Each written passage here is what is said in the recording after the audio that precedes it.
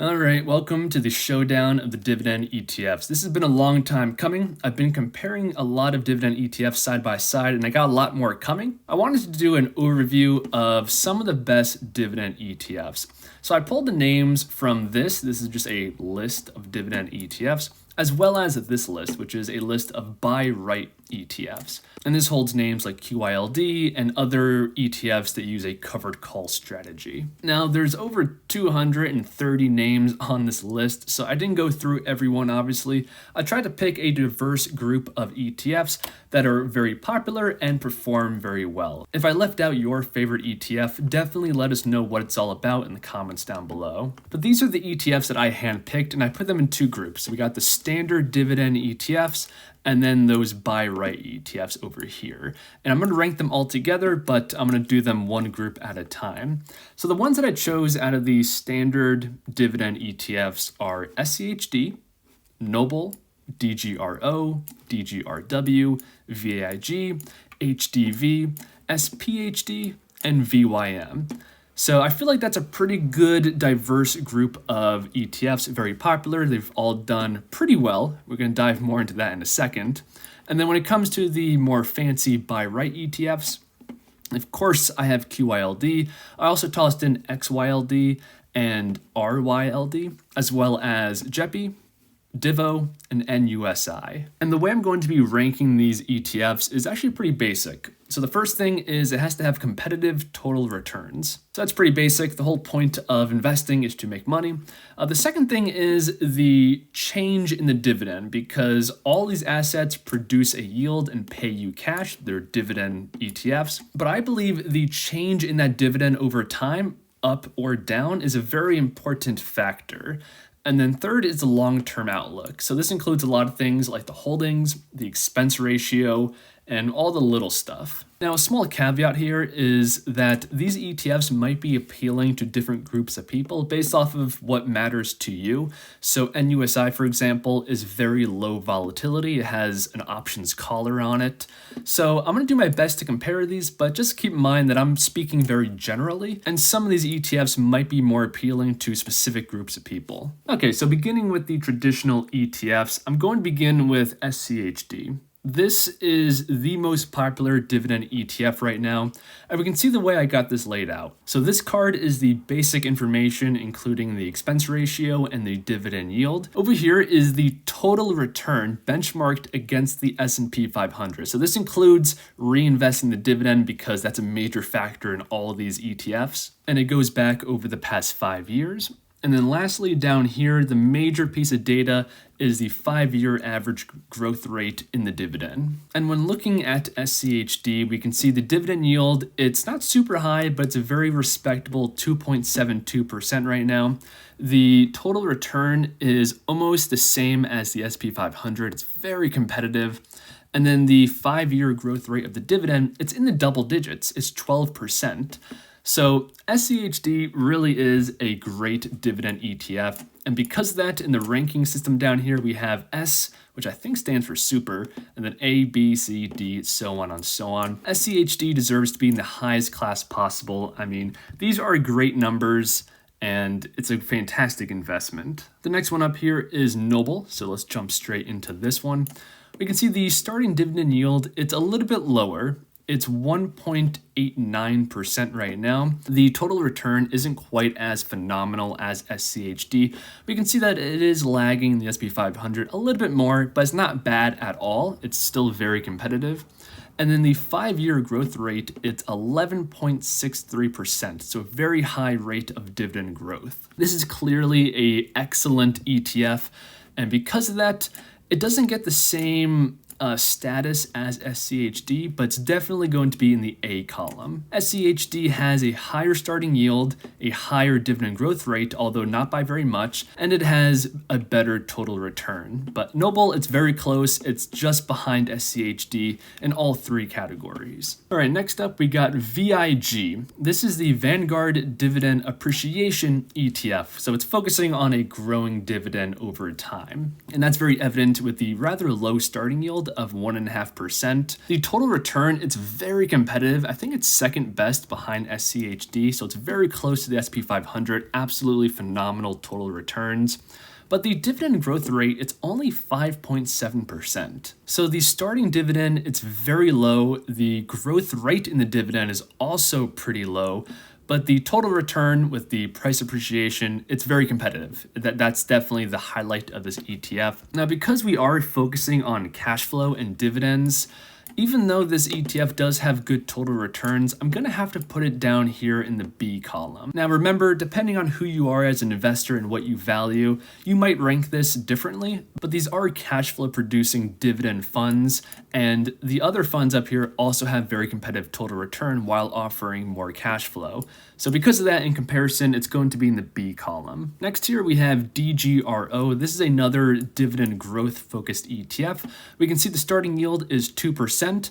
The dividend growth rate is a nice 10.77%.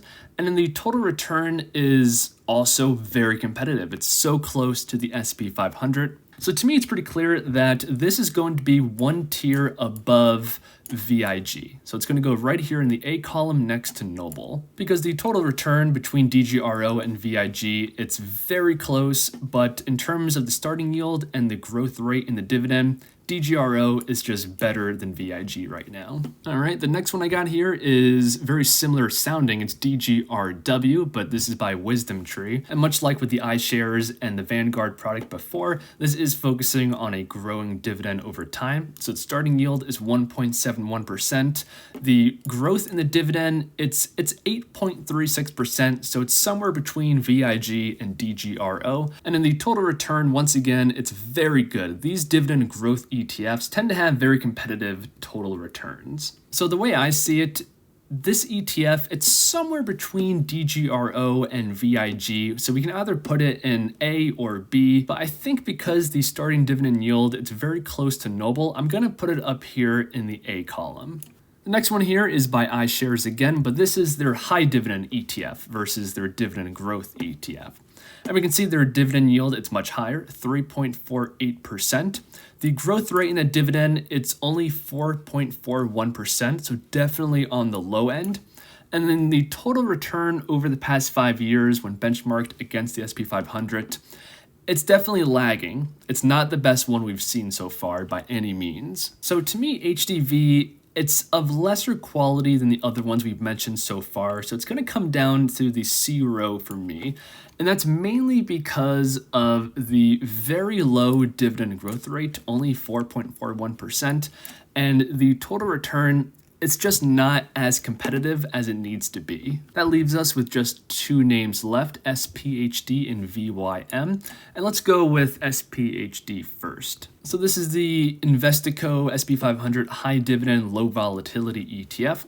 Dividend yield of 3.7%, a 5-year dividend growth rate of 6.6%, and then total returns that are pretty similar to the previous ETF of HDV. So I think clearly this ETF belongs with HDV down here in the C row. Taking a closer look of these two ETFs, we can see that both of them lag the general market when it comes to total returns. They both have a low dividend growth rate, although their dividend yields is the redeeming quality of both being well over 3%. And then lastly, we have VYM. This is from Vanguard, and this is their high dividend yield ETF.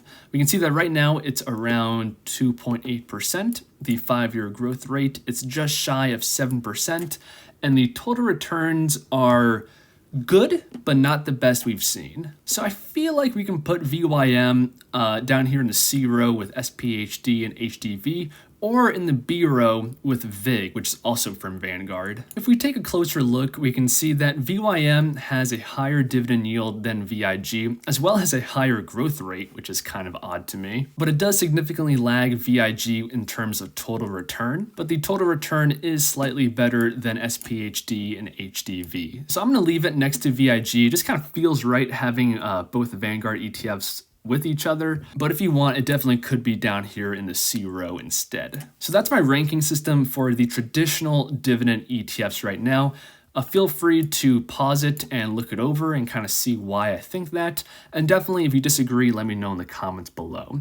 But we're not done. We still have the specialty buy right ETFs that offer very strategic advantages. Let's begin by talking about QYLD and XYLD and RYLD because they're all the same mechanics, but they're just based off of different underlying indexes. And they all utilize the same strategy of having in the money call options that are 1 month out, and every month it does the same thing over and over again. And that's designed to not have any capital appreciation because the call options are in the money, but it maximizes premiums and therefore the distributions. So definitely keep that in mind. These funds like QYLD do not have capital appreciation here. In this chart here, that's the total return. It looks like it does have capital appreciation, but this is the total return. So that includes reinvesting that very hefty dividend. So that reinvesting of the dividend is really all the price appreciation that you see here. But still, you gotta admit that having an 11% dividend yield, it's really attractive to some people. So I'm gonna put all three of these in the C row because yeah, they have very appealing high dividends, and for the right person, that's an ideal situation, but they have no downside protection and they have limited upside, especially if you're holding this long term, because they're not designed to have capital appreciation. It's all about the cash flow. So that's not a bad thing. You just got to realize that. And because of that, I'm going to put that in the C row along with HDV and SPHD because all these ETFs lag the general market in terms of their total return. Okay, now that leaves us with JEPI, NUSI, and DIVO. These are very fascinating buy right ETFs, and I like all three of them a lot, and they're so unique and different that it's going to be hard to rank these, but I'm going to try my best. So JEPI, I've talked about this before on my channel, but 80% of this ETF is just regular dividend paying companies. So that's where a lot of this yield comes from. But then 20% of this ETF is called equity linked notes, and I'll leave my video linked at the top right that I talk about all this. But those ELNs provide you with some downside protection. They're kind of like bonds in a way. It's a weird financial derivative, but they do offer downside protection and they can also generate a higher yield, and that's why you see a high yield here. The performance only goes back a year, so it's not very extensive, but we can see that it is relatively close to the SP 500 when looking at the total return. So because this is such a well-rounded ETF, it has downside protection, it has high cash flow and competitive total returns, I'm gonna put it here in the A row, along with DGRW, DGRO, and Nobl. Compared to the other ETFs in this class, it does have a slightly lower total return,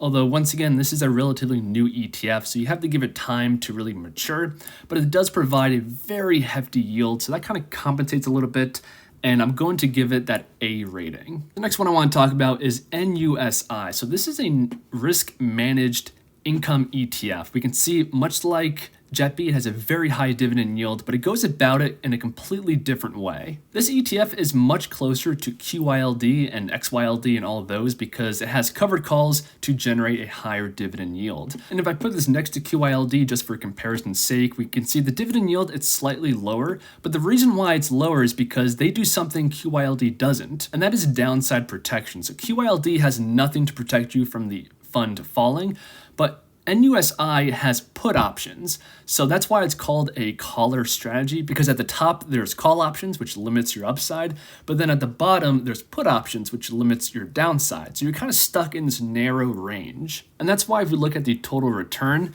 we can see that back during the coronavirus crash, it actually didn't crash that much, and that's the purpose of this ETF. It's made to be very stable. And of course, because of that, it's going to lag on the upside as well. So it's kind of designed to go sideways with very low volatility while paying you a rather hefty dividend. And because of that downside protection, it's definitely in a better class than QYLD. I want to put it in B, but I think I'm going to put it next to JEPI in the A class. Because even though these ETFs operate very differently from one another, they both offer a very high dividend yield with downside protection. So it's going to depend on what kind of an investor you are, but to me, it's a very high quality income ETF. Now that leaves us with one ETF, and this is DIVO. This is an enhanced dividend income ETF. And the way this works is that it's mostly made out of dividend companies, so straight up equities. And then on top of that, it opportunistically has a covered call writing process to try and generate slightly higher yield, and that's why in comparison to, say, VYM or SCHD, this is almost 5% versus 3%. But because this is mostly equities, we can see the total return, it's very competitive. It is right there along with some of the best ETFs we've looked at so far. And that's why I'm going to put it right up here next to SCHD. This is an awesome ETF. Taking a bit of a closer look, we can see that compared to a lot of these other traditional dividend ETFs, it has a higher dividend yield, and it still has a very competitive total return. So to me, it gives you a lot of the benefits as Nobl and SCHD, and some of the benefits of XYLD and QYLD, all in one ETF with competitive total returns and a decent dividend yield. So that's my ranking system. I hope you guys enjoyed. What would you change? What ETFs did I miss? Let us know in the comments down below. If you enjoyed, leave a like, and I'll see you next time.